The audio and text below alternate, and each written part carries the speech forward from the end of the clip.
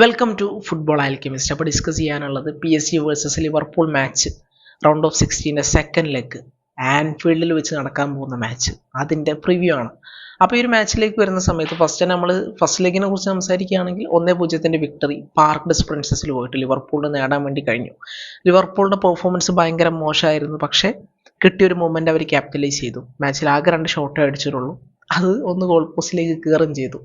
Correct സമയത്ത് അലിസൻ്റെ long ball Darwin Nunez അത് trap ചെയ്തിട്ട് ഹാർവി എലിയോട്ടിന് കൊടുത്തു. അത് എലിയോട്ട് ഗോൾ അടിച്ചു. അതാണ് ഇപ്പോൾ അന്ന് സംഭവിച്ചിട്ടുള്ളത്.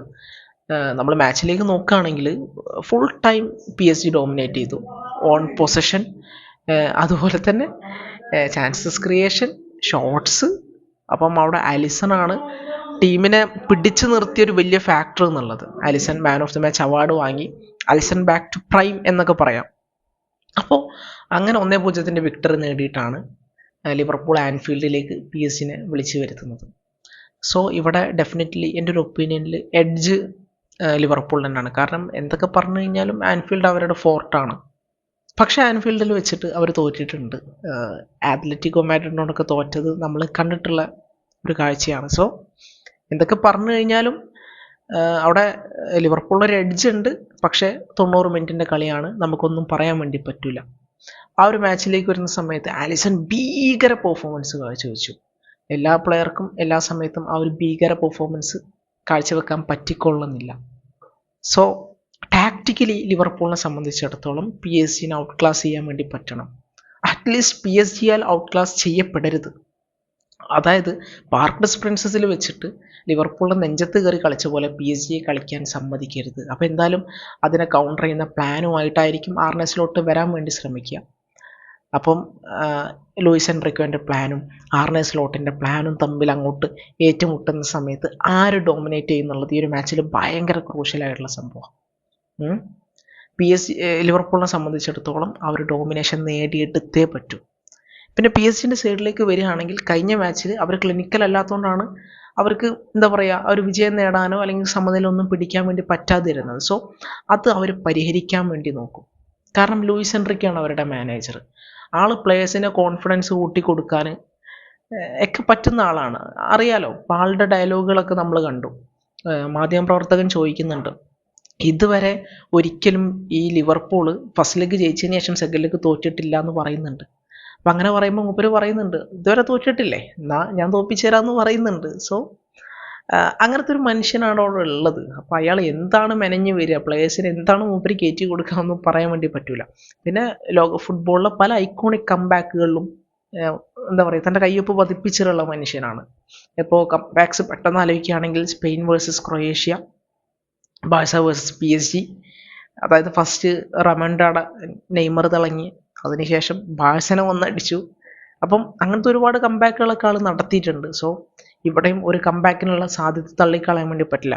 PSG സൈഡിലേക്ക് വരുന്ന സമയത്ത് അവരുടെ ഏറ്റവും വലിയ വീക്ക്നെസ് ആയിട്ട് നിൽക്കുന്നതെന്ന് പറഞ്ഞു കഴിഞ്ഞാൽ അത് ഡൊന്നറുമ്മയാണ്. ഡൊന്നറുമ്മ ബിഗ് മാച്ചിലേക്ക് വരുന്ന സമയത്ത് അബദ്ധങ്ങൾ കാണിക്കുന്നത് ഒരു തുടർക്കാഴ്ചയായിട്ട് മാറുകയാണ്. ഇപ്പോൾ എലിയോട്ടിൻ്റെ ഒക്കെ ഒരു ഗോൾ കീപ്പറെ സംബന്ധിച്ചിടത്തോളം സേവ് ചെയ്യേണ്ടതാണ്. അല്ലെങ്കിൽ ഇപ്പോൾ അവിടെ ഡൊന്നറുമ്മ നിൽക്കുന്ന സ്ഥലത്ത് നേരെ അലിസൺ ആയിരുന്നെങ്കിലും അലിസണെ സേവ് ചെയ്തിട്ടുണ്ടായിരിക്കും. അപ്പോൾ ഡൊന്നറുമ്മ സ്റ്റെപ്പ് അപ്പ് ചെയ്യേണ്ടത് അവരെ സംബന്ധിച്ചിടത്തോളം ഭയങ്കര അത്യാവശ്യമാണ്. ഡൊന്നറുമ്മനെ മാറ്റി നിർത്തി കഴിഞ്ഞാൽ ടീം ടോട്ടലി നല്ല പെർഫോമൻസ് ആണ് കഴിഞ്ഞ ഒരു മാച്ചിൽ പുറത്തെടുത്തിട്ടുള്ളത്. പക്ഷേ അവർ ക്ലിനിക്കലായില്ല എന്നുള്ളതാണ്. ഇപ്പോൾ സെൻറ്റർ ബാക്കായിട്ട് പാച്ചോവും മാർക്കിഞ്ഞോസ് തന്നെ ആയിരിക്കും സ്റ്റാർട്ട് ചെയ്യുക. കുഴപ്പമില്ലാത്ത ഡുവനാണ് അവർ. ഈ പാച്ചോ എന്ന് പറയുന്നത് ടോപ്പ് ക്ലാസ് പ്ലെയറാണ്, ഭയങ്കര ഇഷ്ടമുള്ള ഒരു പ്ലെയറാണ്. പിന്നെ ന്യൂനോ മെൻഡസ് ആൻഡ് ഹാക്കിമി നല്ല പെർഫോമൻസ് കഴിഞ്ഞ മാച്ചിൽ പുറത്തെടുത്തിട്ടുണ്ട്. അപ്പോൾ അത് വരണം.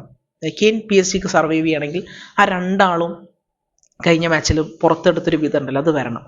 Offensively and defensively. ഇപ്പം ന്യൂനോ ചെയ്തേ, സാലനെ പൂട്ടിക്കളഞ്ഞ്, അപ്പുറത്തുള്ള ചങ്ങായി മറ്റേ ലൂയിസ് ഡിയാസിനെ പൂട്ടിക്കളഞ്ഞ്. അതേപോലെ ഹയർ അപ്പ് ദി പിച്ചിലേക്ക് വരുന്ന സമയത്ത് മിഡ്ഫീൽഡിൽ ജാവോ നെവസ് ഒരു രക്ഷയില്ലാത്ത പെർഫോമൻസാണ് നടത്തിയത്. അതേപോലെ വിറ്റീഞ്ഞൊക്കെ ടോപ്പ് ക്ലാസ് ആണെന്ന് നമുക്കറിയാം. ഫാബിയാൻ റൂയിസ് ഉണ്ട്, ഈ വാറൻസിയർ എംബ്രയൊക്കെ ഉണ്ട്, അവിടെ ബെഞ്ചിലിരിക്കുന്നുണ്ട്. സോ മിഡ്ഫീൽഡ് വൺസ് അഗെയിൻ അവർക്ക് ഡോമിനേറ്റ് ചെയ്യേണ്ടതായിട്ടുണ്ട്. ഫൈനൽ തേർഡിലേക്ക് വരുന്ന സമയത്ത് ഡെംബലിൻ്റെ ക്വാളിറ്റി, ബർക്കോളിൻ്റെ ക്വാളിറ്റി, ക്വാററ്റ്സ്കേലിൻ്റെ ക്വാളിറ്റി ഇതൊക്കെ നമുക്കറിയാം. പക്ഷേ അവർ ഫിനിഷിങ് കൂടെ ചെയ്യണം. അത് വളരെ അത്യാവശ്യമായിട്ടുള്ള കാര്യമാണ്. ഇപ്പം അവരുടെ ക്ലിനിക്കാലിറ്റിയാണ് ടീമിനെ സംബന്ധിച്ചിടത്തോളം മറ്റൊരു പ്രശ്നമായിട്ട് നിലനിൽക്കുന്നത്. അവർ മുന്നത്തെ UCL മാച്ചിലൊക്കെ ഇഷ്ടംപോലെ ഗോൾ അടിച്ചിട്ടുണ്ട്, ലീഗിൽ ഇഷ്ടംപോലെ ഗോൾ അടിക്കുന്നുണ്ട്. പക്ഷേ ലിവർപൂളിനായിട്ട് വരുമ്പം അവർ തകർന്നു പോയതെന്ന് പറയുന്നത് അലിസണിന് മുമ്പിലാണ്. സോ അലിസൺ എന്ന് പറയുന്ന ആ ഒരു വമ്പൻ കടമ്പയെ അവർക്ക് മറികടക്കാൻ പറ്റും എന്നുള്ളത് കണ്ടറിയേണ്ട ഒരു കാര്യമാണ്. സോ അതാണ് പ്രധാനപ്പെട്ട രണ്ട് കാര്യങ്ങൾ, ഒന്ന് ഗോൾ കീപ്പറെ കുറിച്ചും ഒന്ന് ഫൈനൽ തേർഡിനെ കുറിച്ചും, രണ്ട് കാര്യം PSG കുറിച്ച് പറയാനുള്ളത്.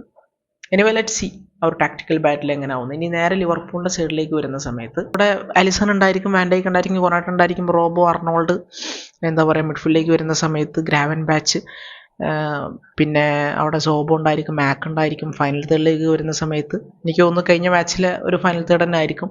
ഗ്യാക്പോ ഫിറ്റ് അല്ല എന്നൊക്കെയാണ് നമുക്കറിയാൻ വേണ്ടി കഴിയുന്നത്. സോ ഇവിടെ ചില സ്റ്റെപ്പപ്പ് ചെയ്യേണ്ടതായിട്ടുണ്ട്.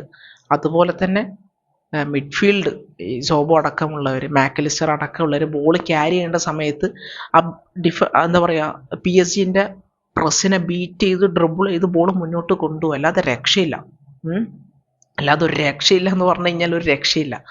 അതാണ്. പിന്നെ ലോങ് ബോൾസ്, PSG ഹൈലൈൻ ഇട്ട് കളിക്കും. ലോങ് ബോൾസ് അവരെ ബീറ്റ് ചെയ്യാൻ പറ്റുന്ന ഒരു മെത്തേഡാണ്. അപ്പം ലോങ് ബോൾസ് വാൻഡൈക്കിൻ്റെ സൈഡിൽ നിന്നാണെങ്കിലും, അല്ലെങ്കിൽ ഇപ്പോൾ എന്താ പറയുക ഗ്രാവൻ ബാച്ചിൻ്റെ ഒക്കെ സൈഡിൽ നിന്നാണെങ്കിലും, ട്രെൻഡിൻ്റെ സൈഡിൽ നിന്നാണെങ്കിലും കൃത്യമായിട്ട് പോവേണ്ടതായിട്ടുണ്ട്. മോസ്റ്റ് ഇമ്പോർട്ടൻ്റ്ലി അവരുടെ പ്രസ്സിനെ ബീറ്റ് ചെയ്യുക എന്നുള്ളത് തന്നെയാണ് ഏറ്റവും പ്രധാനപ്പെട്ട സംഭവമായിട്ട് നിലനിൽക്കുന്നത്. പിന്നെ ഞാൻ പറഞ്ഞല്ലോ, ചിലൊക്കെ സ്റ്റെപ്പ് ചെയ്യേണ്ടത് അത്യാവശ്യമാണ്. ന്യൂനോ മെൻഡസ് എന്ന് പറഞ്ഞു കഴിഞ്ഞാൽ ഒരു കടമ്പ തന്നെയാണ്. ആ കടമ്പ മറികടന്നു കഴിഞ്ഞാലേ രക്ഷയുള്ളൂ.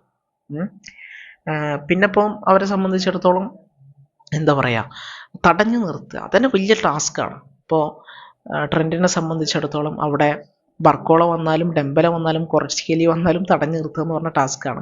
അപ്പുറത്ത് റോബോനെ സൈഡ് നോക്കുകയാണെങ്കിൽ അവിടെയും ഈ മൂന്നാളും വേണമെങ്കിൽ അവിടെയും വരാം. അപ്പം അത് വലിയ വലിയ പണിയാണ്. സോ അത് അവരെങ്ങനെ മാനേജ് ചെയ്യും, അത് വലിയൊരു ക്വസ്റ്റ്യനായിട്ട് വീണ്ടും നിൽക്കുകയാണ്. പിന്നെ കഴിഞ്ഞൊരു മാച്ചിൽ വാൻഡൈക്ക് ഒരു മിസ്റ്റേക്ക് വരുത്തുന്നത്, വാൻഡൈക്കും അലിസണും കൂടെ മിസ്റ്റേക്ക് വരുന്ന കാഴ്ച കണ്ടു. റയറായിട്ട് കാണുന്നതാണ്.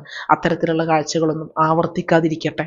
പിന്നെ ഫാൻസ് ഉണ്ടല്ലോ ആൻഫീൽഡിൽ, അവരിങ്ങനെ കത്തി നിൽക്കും. അവർ you will never walk alone വിളിച്ചിട്ട് ഫുൾ ഓണായിട്ട് നിൽക്കും.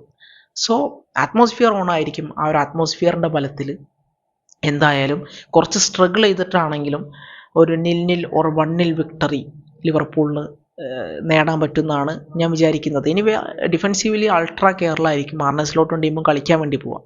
അത് ഉറപ്പായിട്ടുള്ള കാര്യമാണ്. കഴിഞ്ഞ മാച്ചിലും നമ്മൾ കണ്ടിട്ടുള്ളതാണ്. ഡിഫെൻസീവ്ലി അവർ എക്സ്ട്രാ കെയർ എടുക്കും. അങ്ങനെ അവർക്ക് സ്കോറിങ്ങിൽ നിന്ന് PSG തടഞ്ഞു നിർത്താൻ വേണ്ടി പറ്റും. ആൻഡ് കിട്ടുന്ന ഒരു ചാൻസിൽ ചില സ്റ്റെപ്പപ്പ് ചെയ്ത് സ്കോർ ചെയ്യും. അങ്ങനെ ഒരു 1-0 വിക്ടറി, അതാണ് എൻ്റെ സൈഡിൽ നിന്നുള്ളൊരു പ്രഡിക്ഷൻ എന്ന് പറഞ്ഞു കഴിഞ്ഞാൽ. അപ്പം എന്താണ് നിങ്ങളുടെ ഒപ്പീനിയൻസ്, കാര്യങ്ങളൊക്കെ എന്താ നിങ്ങൾ കമൻറ്റ് സെക്ഷനിൽ പറയാം. രണ്ട് കൂട്ടരും ടൈറ്റിൽ അടിക്കാൻ പറ്റുന്ന കൂട്ടരാണ്. അതായത് ദ ഫൈനൽ ബിഫോർ ഫൈനൽ എന്നൊക്കെ പറയാം. രണ്ട് കൂട്ടരും മുന്നോട്ട് പോകാൻ ഡിസേർവ് ചെയ്യുന്ന ആൾക്കാരാണ്. എൻ്റെ ഒരു ഒപ്പീനിയനിൽ ലിവർപൂൾ മുന്നോട്ട് പോകുന്നതാണ്. അപ്പോൾ നിങ്ങളുടെ ഒപ്പീനിയൻസ് കാര്യങ്ങളൊക്കെ എന്തായാലും കമൻറ്റ് സെക്ഷനിൽ പറയാം. മറ്റൊരു വീഡിയോ ആയിട്ട് വീണ്ടും കാണാം. Thank you.